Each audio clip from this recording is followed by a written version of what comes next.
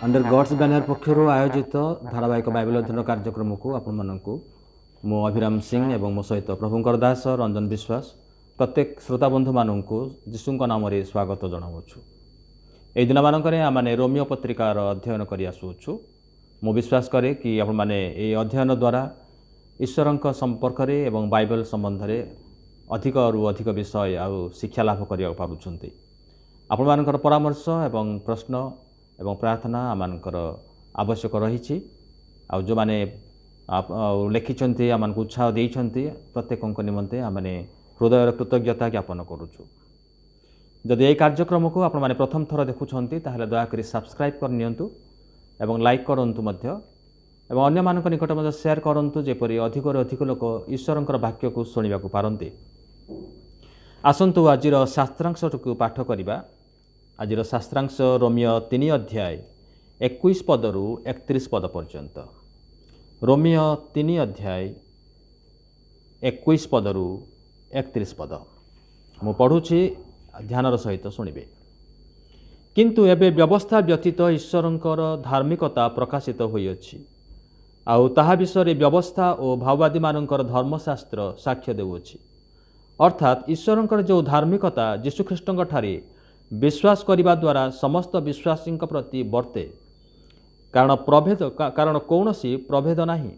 समस्ते तो पाप करिअछन्ति, पुणी ईश्वर गौरव रहित होइअछन्ति। पुणी से माने बिना मूल्य रे ताहांक अनुग्रह रे ख्रीष्ट जीशुंक ठारे जो मुक्ति अछि तद्वारा धार्मिक गणित हुवन्ति। ईश्वर अपना सहिष्णुतारे पूर्वकृत पाप सब उपेक्षा करिथिबारु निज धार्मिकता प्रकाश करिबा निमंते ताहांक रक्तरे विश्वास द्वारा प्रायश्चित बलि रूपे प्रदर्शन करिअछन्ति।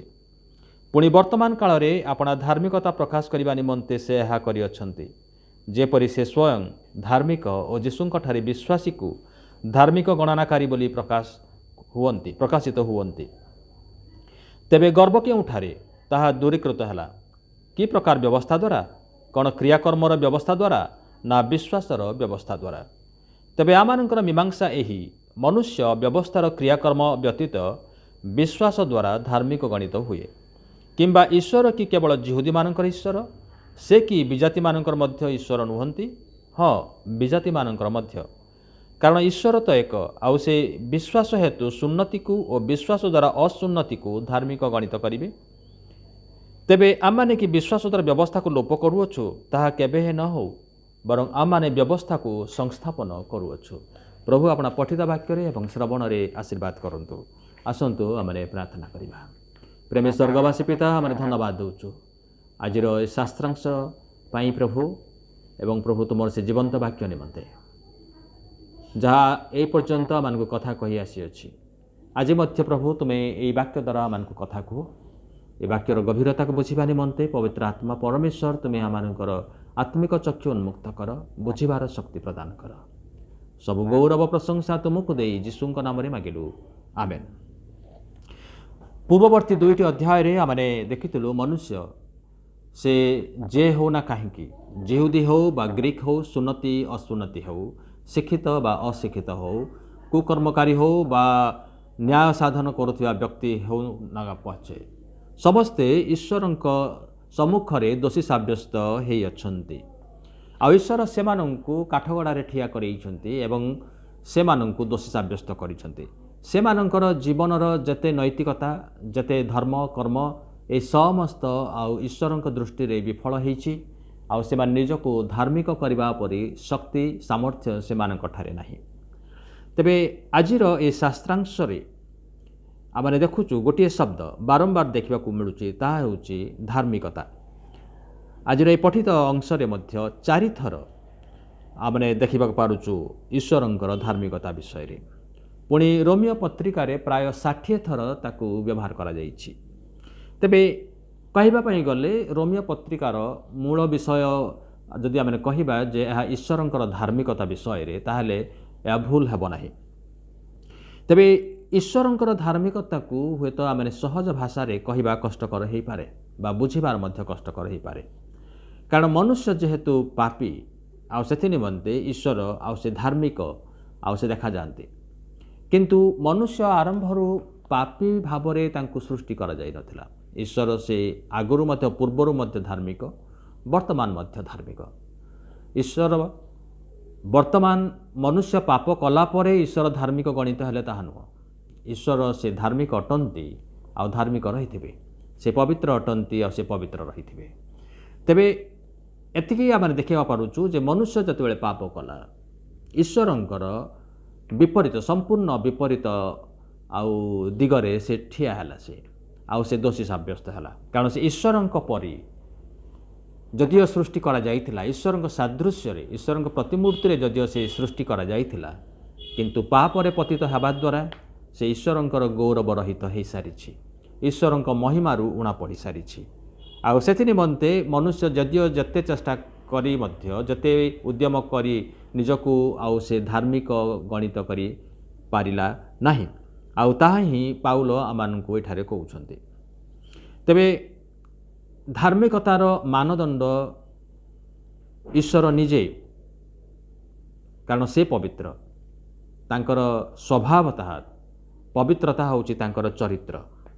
ଅନ୍ୟ ଅର୍ଥରେ ଯଦି ଆମେ କହିବା, ଈଶ୍ୱର ମନୁଷ୍ୟମାନଙ୍କ ପରି ନୁହନ୍ତି। ପବିତ୍ର ଶବ୍ଦର ବା ଧାର୍ମିକ ଶବ୍ଦର ଯେଉଁ ମୂଳ ଭାଷାର ଅର୍ଥ ହେଉଛି ପୃଥକ। ତେବେ ସେ ସମ୍ପୂର୍ଣ୍ଣ ପୃଥକ ଅଟନ୍ତି, ମନୁଷ୍ୟ ପରି ନୁହନ୍ତି କିନ୍ତୁ ସମ୍ପୂର୍ଣ୍ଣ ଭିନ୍ନ ଅଟନ୍ତି। ତେବେ ପ୍ରଶ୍ନ ହେଲା ଯେ ଜଣେ ପାପୀ ମନୁଷ୍ୟ କିପରି ପବିତ୍ର ଈଶ୍ୱରଙ୍କ ସମ୍ମୁଖରେ ଧାର୍ମିକ ଗଣିତ ହୋଇପାରିବ? ଏଠାରେ ପ୍ରେରିତ ପାଉଲ ଆମମାନଙ୍କୁ କହୁଛନ୍ତି, ଯେତେବେଳେ ଈଶ୍ୱର ଯେଉଁମାନେ ଯୀଶୁଖ୍ରୀଷ୍ଟଙ୍କୁ ବିଶ୍ୱାସ କରନ୍ତି ସେମାନଙ୍କୁ ଧାର୍ମିକ ଗଣିତ କରନ୍ତି, ତେବେ କ'ଣ ସେ ନ୍ୟାୟ କରନ୍ତି? ସେ କିଭଳି ଭାବରେ ଜଣେ ପାପୀ ମନୁଷ୍ୟକୁ ଆଉ ପବିତ୍ର ବୋଲି ଘୋଷଣା କରିପାରନ୍ତି ବା ଧାର୍ମିକ ବୋଲି ଘୋଷଣା କରିପାରନ୍ତି? ଆଉ ସେଇ ବିଷୟଟିକୁ ଆଜି ଆମେ ଏଇଠାରେ ଆଲୋଚନା କରିବା। ଆୟୁବ ତାର 9 ଅଧ୍ୟାୟ 1-3 ପଦରେ ଆୟୁବ କହିଲେ, ଏଥିରେ ଆୟୁବ ଉତ୍ତର କରି କହିଲେ, ଏହା ସତ୍ୟ ବୋଲି ମୁଁ ନିଶ୍ଚୟ ଜାଣେ, ମାତ୍ର କି ରୂପେ ମନୁଷ୍ୟ ପରମେଶ୍ୱରଙ୍କ ନିକଟରେ ଧାର୍ମିକ ହୋଇପାରେ? ସେ ତାହା ସଙ୍ଗେ ବାଦାନବାଦ କରିବାକୁ ଇଚ୍ଛା କଲେ ମନୁଷ୍ୟ ତାହାକୁ ସହସ୍ର କଥା ମଧ୍ୟରୁ ଗୋଟିକର ଉତ୍ତର ଦେଇପାରିବ ନାହିଁ। ଆୟୁବ ମଧ୍ୟ ସେ ଚିନ୍ତା କରୁଥିଲେ ଯେ ମନୁଷ୍ୟ କିଭଳି ଭାବରେ ସଦାପ୍ରଭୁଙ୍କର ସମ୍ମୁଖରେ ନିଜକୁ ଧାର୍ମିକ ଦେଖାଇ ପାରିବ। ପ୍ରଭୁଙ୍କର ସମ୍ମୁଖରେ ସେ ଛିଡ଼ା ହେବାର ଯୋଗ୍ୟତା ତାର ନାହିଁ ବା ଉତ୍ତର ଦେବାର ବାଟ ଆଉ ନାହିଁ। ରୋମୀ ତାର 1 ଅଧ୍ୟାୟ 16 ଏବଂ 17 ପଦରେ ଲେଖା ଅଛି, କାରଣ ମୁଁ ସୁସମାଚାର ସମ୍ବନ୍ଧରେ ଲଜ୍ଜାବୋଧ କରେ ନାହିଁ, ଯେଣୁ ତାହା ପ୍ରତ୍ୟେକ ବିଶ୍ୱାସୀ ପକ୍ଷରେ ପରିତ୍ରାଣ ନିମନ୍ତେ ଈଶ୍ୱରଙ୍କ ଶକ୍ତି ଅଟେ, ପ୍ରଥମତଃ ଯିହୁଦୀ ପକ୍ଷରେ ଆଉ ଗ୍ରୀକ୍ ପକ୍ଷରେ। ସେଥିରେ ତ ଈଶ୍ୱରଙ୍କର ଧାର୍ମିକତା ପ୍ରକାଶିତ ହେଉଅଛି, ତାହା ବିଶ୍ୱାସମୂଳକ ଓ ବିଶ୍ୱାସଜନକ, ଯେପରି ଲେଖା ଅଛି, ଧାର୍ମିକ ବିଶ୍ୱାସ ଦ୍ୱାରା ବଞ୍ଚିବ। ତେବେ ଏଇଠି ପ୍ରେରିତ ପାଉଲ ଆଉ ସେ କହୁଛନ୍ତି ଯେ ଈଶ୍ୱରଙ୍କର ଧାର୍ମିକତା ପ୍ରକାଶିତ ହେଉଅଛି। କିଭଳି ପ୍ରକାଶିତ ହେଉଛି? ନା ସୁସମାଚାର ଦ୍ୱାରା ଆଉ ତାହା ପ୍ରକାଶିତ ହେଇଛି। କେଉଁମାନଙ୍କ ନିମନ୍ତେ? ନା ଯେଉଁମାନେ ବିଶ୍ୱାସ କରନ୍ତି ଆଉ ସେମାନେ ପରିତ୍ରାଣ ପାଆନ୍ତି, ଆଉ ସେମାନଙ୍କ ନିମନ୍ତେ ଈଶ୍ୱରଙ୍କର ଧାର୍ମିକତା ଶକ୍ତିଯୁକ୍ତ ଅଟେ।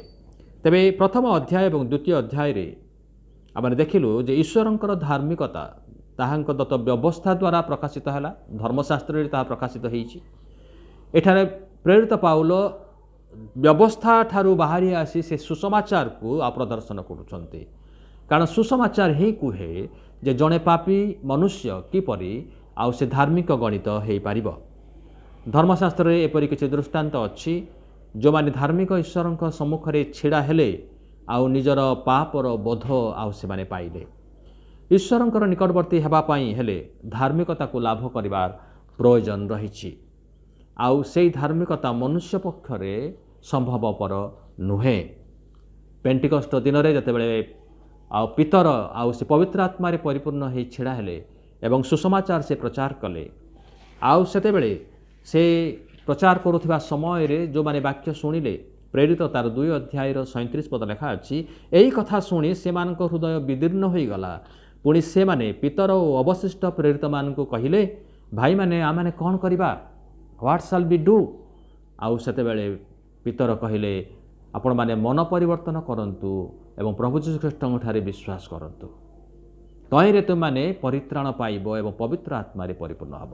ତେବେ ଏଇ କଥା आउ से दिन पेंटिकस्ट दिन में पवित्र आत्मा परिपूर्ण होता पीटर आउ से प्रकाश कले।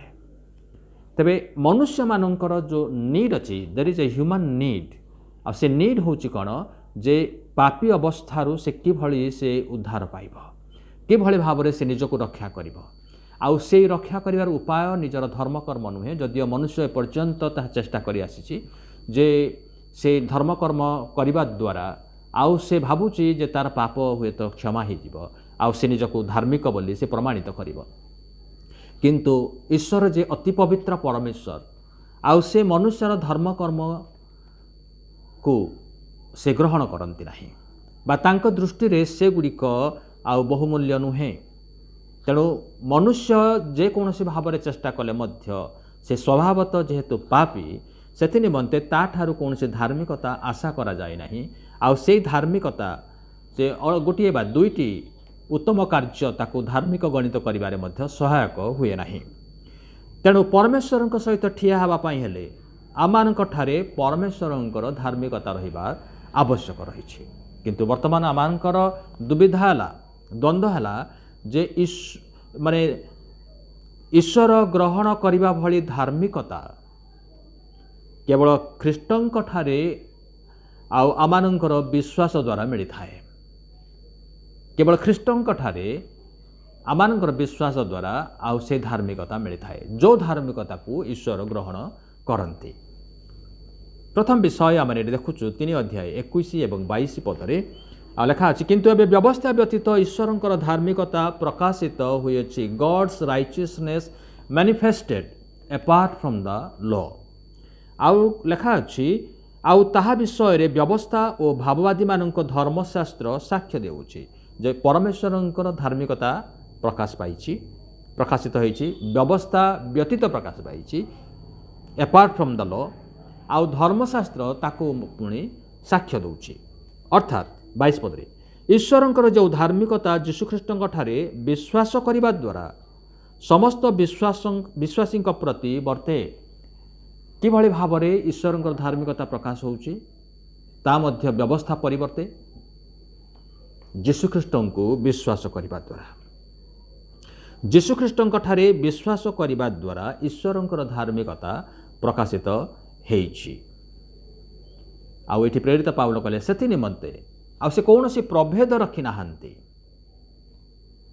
कौनसी प्रभेद से रखी नाहांती एई शास्त्रांश तिरे आरंभ हेइछि किंतु एबे बट नाउ बोली कि इंग्राजी लिखा होछि किंतु एबे तार अर्थ होछि जे एथि पूर्वरु जहा उपलब्ध नथिला मनुष्य निमंते एबे वर्तमान ईश्वरंकर से निष्पाप परित्राणकर्ता मसीहंकर मृत्यु परे जो धार्मिकतार आवश्यक थिला मनुष्य निमंते आउ ताहा वर्तमान उपलब्ध से धार्मिकता वर्तमान उपलब्ध किंतु सेथिरे मध्य शर्त रही ईश्वरंकर शर्त रही कंडीशन एप्लाइड सेठी जे जो माने परित्राणकर्ता आमानकर परित्राणकर्ता जीशुख्रीष्टंक ठारे विश्वास करिवे सेई माने ईश्वरंकर धार्मिकता को लाभ करिवे अन्य माने नुहंती जदिओ एई धार्मिकता समस्तंक पाई उपलब्ध अछि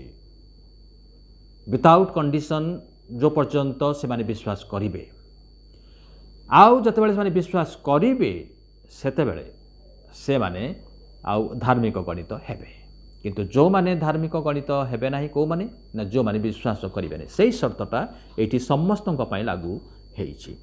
21 पदरु 26 पदरे 4 थर आ ईश्वरंकर धार्मिकता विषय उल्लेख करा जाइछि। 21 पदर लिखा जाइछि ईश्वरंकर धार्मिकता प्रकाशित होइछि गॉड्स राइचियसनेस मैनिफेस्टेड बोली लिखा होछि। 22 पदरे ईश्वरंकर जो धार्मिकता जीशुख्रीष्टंक ठारे विश्वास करिबा द्वारा समस्त विश्वासी प्रति वर्ते जो धार्मिकता प्रकाशित होइछि से धार्मिकता कैन बी एप्लाइड केतेबेले ताको एप्लाई करा जाय परिबो ना जेतेबेले आमाने जीशुख्रीष्टंक ठारे विश्वास करिबा से धार्मिकता जो धार्मिकता प्रकाशित होइछि ताकू जो माने ग्रहण करिवे विश्वास रे से माने सेमानक जीवन रे ईश्वरंकर धार्मिकता वर्ते। 25 पदरे ईश्वर आपणा सहिष्णुतारे पूर्वकृत पाप सबु उपेक्षा करिथिबारु निज धार्मिकता प्रकाश करने निमंते ताहांक रक्तरे विश्वास द्वारा प्रायश्चित बलि रूपे प्रदर्शन करी अछंती।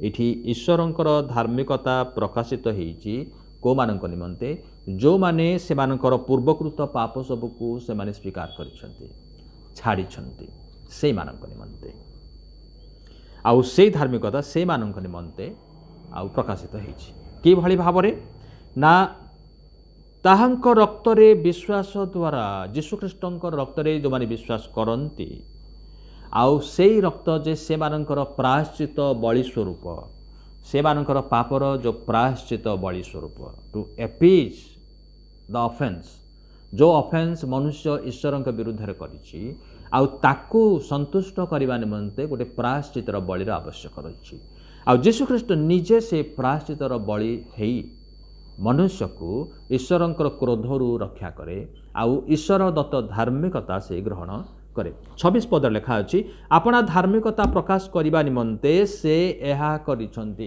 काहे कि से एहा कले ना ईश्वर धार्मिक ताकू से प्रकाश करबा पाए से धार्मिक अटंती मनुष्य जाने नाही काहे ना से पापरे आउ से जन्म होईची आउ पापरे जीवन यापन करुछि तेणु पवित्र परमेश्वर को से बुझी पारे नाही आउ ईश्वर जतेबेले से निजर धार्मिकता को प्रकाश करुछंती आउ सेतेबेले जो माने तांको विश्वास करंती आउ से बादे धार्मिकता रे ईश्वर धार्मिकता को आउ से ग्रहण करंती। तेबे ईश्वर जो धार्मिकता को चाहती से विषय पुणी आमने आउ किछि आमने आलोचना करिबा माने प्रथम रे ईश्वर तांकर धार्मिकता को यीशुख्रीष्ट को विश्वास करने द्वारा देइछंती। ओके तार माने होछि जो माने आउ ए धार्मिकता को ग्रहण करिवे से मानकर योग्यता एथिर परिसरभुक्त नुहे। ओके योग्यता आउ आसु नाही से माने शिक्षित बा अशिक्षित धार्मिक बा अधार्मिक व्यवस्था पालन करुछंती बा व्यवस्था पालन करूनाहांती जेहुदी बा अण जेहुदी तार कौनसी आ प्रश्न उठुना एठारे कारण ईश्वर तांकर धार्मिकता को मागणा रे उपहार भाव से दान करि अछंती। It is a free gift of God. द्वितीय विषय आम देखुचु ईश्वरंकर धार्मिकतार एक अतुलनीय शक्ति रही कारण ताहा जे केवल आमानंकु धार्मिक गणना करे ताहा नुह मात्र आमानंकर अतीतर समस्त पाप को आउ से परिष्कार करे। It cancels all the sins that we have committed in the past। ईश्वरंकर धार्मिकता आमानंकर पापर मूल्य दिए एवं ईश्वरंकर क्रोधरु आमानकु रक्षा करे सेथिपाई एई धार्मिकतार गोटे अतुलनीय शक्ति रही। शेषरे ईश्वरंकर धार्मिकता मध्य अनंतकालीन। It is not for a time being it is not for a season but it is for all the time it is forever. गीत संहिता 119-142 लिखा है तुम्भर धर्म अनंत काल स्थायी धर्म और तुम्भर व्यवस्था सत्य योर राइचियसनेस इज एवरलास्टिंग लिखा हो। ईश्वरंकर धार्मिकता आउ अनंत कालीन अटे। द्वितीय विषय आम देखुचु those who need God's righteousness जो माने ईश्वरंकर धार्मिकतार आवश्यक करती 22 पदरु 23 पदरे लिखा अछि कारण कौनसी प्रभेद नहीं समस्तते पाप करि अछंती। प्रभेद आउ नाही जो माने धर्मशास्त्र अध्ययन करिसंती बा जो मान ठारे व्यवस्था अछि जिहुदी माननकु ईश्वर व्यवस्था देइथिले भाववादी माने से मानक ठारू जात हेले तेणु से माने मध्य पाप करिसंती। जो मानक ठारे व्यवस्था नाही अण जिहुदी माने से माने मध्य पाप करिसंती। जो माने नैतिकवादी बा उत्तम कार्य करिबारे विश्वास करंती से माने मध्य आउ दंडर योग्य। सेति निमंते वाक्य लेखा अछि कोनोसी आ प्रभेद नाही उच्च नीच भेद भाव आउ नाही समस्ते गोटे प्लाटफॉर्म रे ईश्वरंक दृष्टि रे छिड़ा हेइछंती समस्त तो पाप करि अछंती पुणी ईश्वरंकर गौरव रहित होई अछंती। समस्तंकु इनक्लूड करा जाउछि सबु धर्मर सबु जातिर सबु देशर सबु गोष्ठीर सबु भाषावादी केही हेले एठारू आउ त्राही पाई नाहांती। ईश्वरंक दृष्टि रे सारा जगतर लोक माने पाप करी ईश्वरंकर गौरव रहित ହେଇ ଅଛନ୍ତି। ଏଥିରେ ସ୍ପଷ୍ଟ ହୁଏ ଯେ ଈଶ୍ୱର କାହାରି ମୁଖାପେକ୍ଷା କରିନାହାନ୍ତି ଆଉ କରୁନାହାନ୍ତି। ସେ କୌଣସି ପ୍ରଭେଦ ରଖିନାହାନ୍ତି, କାରଣ ସମସ୍ତେ ପାପ କରିଅଛନ୍ତି। ମନୁଷ୍ୟର ଧର୍ମକର୍ମ ସତ୍ତ୍ୱେ, ସେମାନଙ୍କର ବିଭିନ୍ନ କ୍ଲାସିଫିକେସନ୍ କ୍ୟାଟେଗୋରୀ ସତ୍ତ୍ୱେ, ସ୍ୱଜାତି ବା ବିଜାତି, ଶିକ୍ଷିତ ବା ଅଶିକ୍ଷିତ, ଧନୀ ବା ଗରିବ, ଈଶ୍ୱରଙ୍କ ଦୃଷ୍ଟିରେ ସମସ୍ତେ ସମାନ। କାରଣ ମନୁଷ୍ୟ ସେମାନଙ୍କର କର୍ମ ଦ୍ୱାରା ଧାର୍ମିକ ହୋଇପାରେ ନାହିଁ। ସମସ୍ତେ ପାପ କରିଅଛନ୍ତି। ତେଣୁ ସମସ୍ତେ ଗୋଟିଏ ଅବସ୍ଥାରେ ହିଁ ଅଛନ୍ତି, ଗୋଟିଏ ପ୍ଲାଟଫର୍ମରେ ଅଛନ୍ତି। ଅତଏବ ଈଶ୍ୱର ସମସ୍ତଙ୍କ ନିମନ୍ତେ ତାଙ୍କର ଧାର୍ମିକତା ପ୍ରଦର୍ଶନ କରିଅଛନ୍ତି, ଯେପରି ତାଙ୍କର ଏକମାତ୍ର ପୁତ୍ର ଯୀଶୁଙ୍କଠାରେ ବିଶ୍ୱାସ କରିବା ଦ୍ୱାରା ଈଶ୍ୱରଙ୍କର ଧାର୍ମିକତା ସେ ପାଇପାରିବ। ତୃତୀୟ ବିଷୟ ଆମେ ଦେଖୁଛୁ, the only place God's righteousness is found. ଗୋଟିଏ ସ୍ଥାନରେ ଈଶ୍ୱରଙ୍କର ଧାର୍ମିକତା ଆଉ ପ୍ରକାଶ ପାଏ। 24 ପଦରେ ଆମେ ଦେଖୁ, ପୁଣି ସେମାନେ ବିନା ମୂଲ୍ୟରେ ତାହାଙ୍କ ଅନୁଗ୍ରହରେ ଖ୍ରୀଷ୍ଟ ଯୀଶୁଙ୍କଠାରେ ଯେଉଁ ମୁକ୍ତି ଅଛି ତଦ୍ୱାରା ଧାର୍ମିକ ଗଣିତ ହୁଅନ୍ତି। There is only one place we can find God's righteousness, that is in Christ Jesus.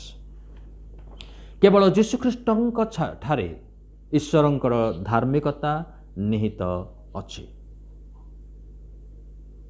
ସେମାନେ ବିନା ମୂଲ୍ୟରେ ତାହାଙ୍କ ଅନୁଗ୍ରହରେ ଖ୍ରୀଷ୍ଟ ଯୀଶୁଙ୍କଠାରେ ଯେଉଁ ମୁକ୍ତି ଅଛି ତଦ୍ୱାରା ସେମାନେ ଧାର୍ମିକ ଗଣିତ ହୁଅନ୍ତି। ମନୁଷ୍ୟ ପାଖରେ ଆଉ କୌଣସି ରାସ୍ତା ନାହିଁ। ସେ ନିଜ ଆଡ଼ୁ ଧାର୍ମିକ ହୋଇପାରିବ ନାହିଁ। ଈଶ୍ୱରଙ୍କ ଦୃଷ୍ଟିରେ ଧାର୍ମିକ ଗଣିତ ହେବା ନିମନ୍ତେ ଈଶ୍ୱରଙ୍କ ଆଡ଼କୁ ଅନେଇବା ଛଡ଼ା ଆଉ ଦ୍ୱିତୀୟ ରାସ୍ତା ଆଉ ନାହିଁ। ସେଥି ନିମନ୍ତେ ଈଶ୍ୱର ତାଙ୍କ ଆଡ଼ୁ ସେ ମନୁଷ୍ୟକୁ ରକ୍ଷା କରିବା ନିମନ୍ତେ ଗୋଟିଏ ପରିତ୍ରାଣର ଯୋଜନା ସେ ପ୍ରସ୍ତୁତ କରିଅଛନ୍ତି। ଆଉ ସେ ଚାହାନ୍ତି ଯେ ମନୁଷ୍ୟ ତାକୁ ବିଶ୍ୱାସରେ ତାକୁ ଗ୍ରହଣ କରୁ ଏବଂ ଆଗାମୀ କ୍ରୋଧରୁ, ଈଶ୍ୱରଙ୍କର ଦଣ୍ଡରୁ ସେ ରକ୍ଷା ପାଉ। ନର୍କକୁ ସେ ଆଉ ଯିବାର ଆବଶ୍ୟକ ନାହିଁ। ତାଙ୍କ ନିମନ୍ତେ ସ୍ୱର୍ଗ ଆଉ ସେ ପ୍ରସ୍ତୁତ କରି ସାରିଛନ୍ତି। ଗାଲାତି ତାର 2 ଅଧ୍ୟାୟରେ 16 ପଦ ଲେଖା ଅଛି, ତଥାପି ବ୍ୟବସ୍ଥାର କ୍ରିୟାକର୍ମ ଦ୍ୱାରା ମନୁଷ୍ୟ ଧାର୍ମିକ ଗଣିତ ନ ହୋଇ କେବଳ ଯୀଶୁଖ୍ରୀଷ୍ଟଙ୍କ ଠାରେ ବିଶ୍ୱାସ ଦ୍ୱାରା ଧାର୍ମିକ ଗଣିତ ହୁଏ। ଇଟ୍ ଇଜ୍ ଭେରି କ୍ଲିଅର, ମାନେ ସୁସ୍ପଷ୍ଟ ଭାବରେ ଲେଖା ଅଛି ଯେ ମନୁଷ୍ୟ ବ୍ୟବସ୍ଥା ପାଳନ ଦ୍ୱାରା ସେ ଧାର୍ମିକ ଗଣିତ ହୋଇପାରି ନାହିଁ ଆଉ ହେବାକୁ ପାରିବ ନାହିଁ। କେବଳ ଯୀଶୁଖ୍ରୀଷ୍ଟଙ୍କ ଠାରେ ବିଶ୍ୱାସ ଦ୍ୱାରା ହିଁ ସେ ଧାର୍ମିକ ଗଣିତ ହୋଇପାରିବ। ଏହା ଜାଣି ଆମମାନେ ମଧ୍ୟ ଯୀଶୁଖ୍ରୀଷ୍ଟଙ୍କ ଠାରେ ବିଶ୍ୱାସ କରିଅଛୁ, ଯେପରି ବ୍ୟବସ୍ଥାର କ୍ରିୟାକର୍ମ ଦ୍ୱାରା ଧାର୍ମିକ ଗଣିତ ନ ହୋଇ ଖ୍ରୀଷ୍ଟଙ୍କ ଠାରେ ବିଶ୍ୱାସ ଦ୍ୱାରା ଧାର୍ମିକ ଗଣିତ ହେଉ। କାରଣ ବ୍ୟବସ୍ଥାର କ୍ରିୟାକର୍ମ ଦ୍ୱାରା କୌଣସି ମନୁଷ୍ୟ ଧାର୍ମିକ ଗଣିତ ହେବ ନାହିଁ। ଯୀଶୁଖ୍ରୀଷ୍ଟ ଆମମାନଙ୍କୁ ମୁକ୍ତ କରିଅଛନ୍ତି। ମୁକ୍ତ କରିବାର ଅର୍ଥ ହେଉଛି ସେ ଆମମାନଙ୍କୁ ପାପର ଦାସତ୍ୱରୁ ମୁକୁଳେଇଛନ୍ତି ବା କିଣିଛନ୍ତି। ପ୍ରାଚୀନ ଜଗତରେ ବେଳେବେଳେ ଲୋକମାନେ ଆର୍ଥିକ ସଙ୍କଟ ହେତୁ ଋଣଗ୍ରସ୍ତ ହେଉଥିଲେ, ଋଣ ଆଣୁଥିଲେ ଆଉ ଶୁଝି ପାରୁନଥିଲେ। ଆଉ ସେଥି ନିମନ୍ତେ ସେମାନେ ନିଜକୁ ବିକ୍ରି କରୁଥିଲେ, ସେମାନେ ଦାସ ଭାବରେ ବିକ୍ରି କରୁଥିଲେ। ଆମମାନେ ମଧ୍ୟ ଈଶ୍ୱରଙ୍କ ବିରୁଦ୍ଧରେ ପାପ କରି ତାକୁ ଶୁଝିବା ନିମନ୍ତେ ଆମେ ନିଜକୁ ବିକ୍ରି କରିଦେଇଥିଲୁ ଶୈତାନ ସମ୍ମୁଖରେ। ଶୈତାନ ହାତରେ ନିଜକୁ ବିକ୍ରି କରିଦେଇଛୁ, ପାପ ହାତରେ ନିଜକୁ ବିକ୍ରି କରିଦେଇଥିଲୁ। ଆଉ ତାକୁ ତାଠାରୁ ମୁକ୍ତ ହେବା ନିମନ୍ତେ ଆମମାନଙ୍କ ପାଖରେ ଆଉ କିଛି ନଥିଲା, ଉପାୟ ନଥିଲା। ସେଥି ନିମନ୍ତେ ସ୍ୱୟଂ ଈଶ୍ୱର ତାଙ୍କର ପୁତ୍ର ଯୀଶୁଖ୍ରୀଷ୍ଟଙ୍କୁ ଆଉ ସେ ପଠାଇଲେ ଯେ ସେ ଆମମାନଙ୍କୁ ପାପର ଦାସତ୍ୱରୁ ମୁକ୍ତ କରିବା ନିମନ୍ତେ ଯେଉଁ ମୂଲ୍ୟ ଥିଲା ଆଉ ସେ ମୂଲ୍ୟ ସେ ଦେଲେ। ସେଇ ମୂଲ୍ୟ ହେଉଛି ତାଙ୍କର ପବିତ୍ର ରକ୍ତ। ଆଉ ସେଇ ରକ୍ତ ଦେବା ଦ୍ୱାରା ସେ ଆମମାନଙ୍କର ପାପର ଦାସତ୍ୱର ମୂଲ୍ୟ ସେ ଦେଇ ଆମମାନଙ୍କୁ ମୁକ୍ତ କରିଅଛନ୍ତି। ତାକୁ କୁହାଯାଉଛି ପ୍ରାୟଶ୍ଚିତ ବଳି ରୂପେ ସେ ପ୍ରଦର୍ଶନ କରିଅଛନ୍ତି। ଆମମାନଙ୍କୁ ମୁକ୍ତ କରିବା ପାଇଁ ସେ ତାଙ୍କର ବହୁମୂଲ୍ୟ ରକ୍ତ ପ୍ରଦାନ କରିଅଛନ୍ତି। ତାହାଙ୍କର ରକ୍ତ ଆମମାନଙ୍କର ମୁକ୍ତିର ମୂଲ୍ୟ ସ୍ୱରୂପ। ଚତୁର୍ଥରେ ଆମେ ଦେଖୁଛୁ, God is just and the justifier. ସେ ଧାର୍ମିକ ଆଉ ଧାର୍ମିକ ଗଣନାକାରୀ ମଧ୍ୟ ସେ ଅଟନ୍ତି। 26 ପଦରେ, ପୁଣି ବର୍ତ୍ତମାନ କାଳରେ ଆପଣ ଧାର୍ମିକତା ପ୍ରକାଶ କରିବା ନିମନ୍ତେ ସେ ଏହା କରିଅଛନ୍ତି, ଯେପରି ସେ ସ୍ୱୟଂ ଧାର୍ମିକ ଓ ଯୀଶୁଖ୍ରୀଷ୍ଟଙ୍କଠାରେ ବିଶ୍ୱାସୀକୁ ଧାର୍ମିକ ଗଣନାକାରୀ ବୋଲି ପ୍ରକାଶିତ ହୁଅନ୍ତି। ଈଶ୍ୱରଙ୍କ ଧାର୍ମିକତା ପ୍ରକାଶ ପାଇଲା ପରେ ଯେତେବେଳେ ସେ ପାପୀ ମନୁଷ୍ୟର ପାପର ମୂଲ୍ୟ ନିଜ ରକ୍ତ ଦ୍ୱାରା ଆଉ ସେ ଦେଲେ ଏବଂ ପାପୀ ମନୁଷ୍ୟକୁ ପାପର ଦାସତ୍ୱ ବନ୍ଧନରୁ ସେ ମୁକ୍ତ କଲେ, से सेमानंकु निजर धार्मिकता प्रदान कले जेपरि पापी मनुष्य वर्तमान धार्मिक ईश्वरଙ୍କ सहित छिड़ा हेबाकु पारिबो। से वर्तमान ईश्वरଙ୍କ क्रोधर पात्र नुहे, से आउ दंडर पात्र नुहे। से जो दंड पाइबार प्रयोजन थिला उचित थिला से दंड गुड़िक जीशुଙ୍କୁ दियागला। से आमानंकर बदल रे आमानंक पाई से दंडित हेले, आमानंकर पापर भार से बहन कले, आमानंकर पाप गुड़िक से नहीं गले, आमानंकर पाई से पापर प्रायश्चित बलि आउ से हेले। सेथि निमंते जो माने जीशुख्रीष्ट को विश्वास करती, जो माने जीशुख्रीष्ट को विश्वास करती ए गोटे शर्त ईश्वर दियंती। आमान को किसी करने को हब नहीं, आमान को किसी देवा को पड़ो नहीं, केवल गोटे विषय करार आवश्यक रही ताहा होची विश्वास।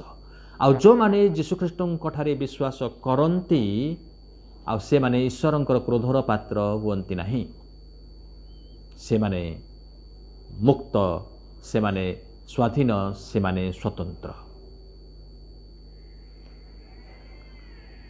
पाउल सेथिपाई कहिले विनाश प्राप्त हेउथबा लोकमानंक प्रति क्रूसर कथा मूर्खता मात्र, किंतु परित्राण प्राप्त हेउथबा आमानंक प्रति ताहा ईश्वरंक शक्ति अटे।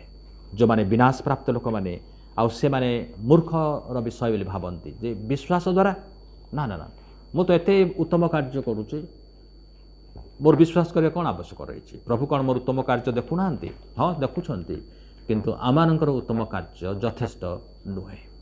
सेथि निमंते से आपणार पवित्र रक्त से आउ बुहाई देले। एठी 28 पदर लेखा अछि, तबे आमानंकर मीमांसा एही, दिस इज आवर कंक्लूजन, मनुष्य व्यवस्थार क्रियाकर्म व्यतीत विश्वास द्वारा धार्मिक गणित हुए। क्रियाकर्म रे नुहे, धर्मकर्म रे नुहे, केवल विश्वास द्वारा से धार्मिक गणित हुअंती। कारण ईश्वर समस्तंकर ईश्वर, से यहूदी मानकर ही नुहंती, विजाति मानकर मध्य, आमानकर मध्य परमेश्वर, एकमात्र परमेश्वर, समस्तंकर परमेश्वर। आउ सेति निमंते से समस्तंकु परित्राण पाइबा निमंते आउ से गोटे रास्ता से बाहर करदेले, जेपरि केही मध्य जणे जेपरि नरक को जीव नाही, दंडित हब नाही, किंतु जीशुख्रीष्ट को विश्वास करने द्वारा से परित्राण पाइब। प्रभु प्रत्येक को आशीर्वाद करंतु। आसंतु आमे प्रार्थना करिबा। प्रेमी पिता आमे धन्यवाद दउछु जे तुमे आमानक निमंते तुमर निजर शरीर दबा द्वारा एक पथ प्रस्तुत कल, ईश्वरंक निकट को जीवा निमंते पथ प्रस्तुत कल। जो माने जीशुख्रीष्ट को विश्वास करंती से माने से पथर यात्री हुअंती, कारण तुम्हें ही एकमात्र पथ, सत्य और जीवन। प्रभु जो माने तुमको विश्वास करंती से माने ईश्वरंक निकट को जाई पारंती, से माने परित्राण प्राप्त हुअंती, पापरे आउ दंडित हुअंती नहीं।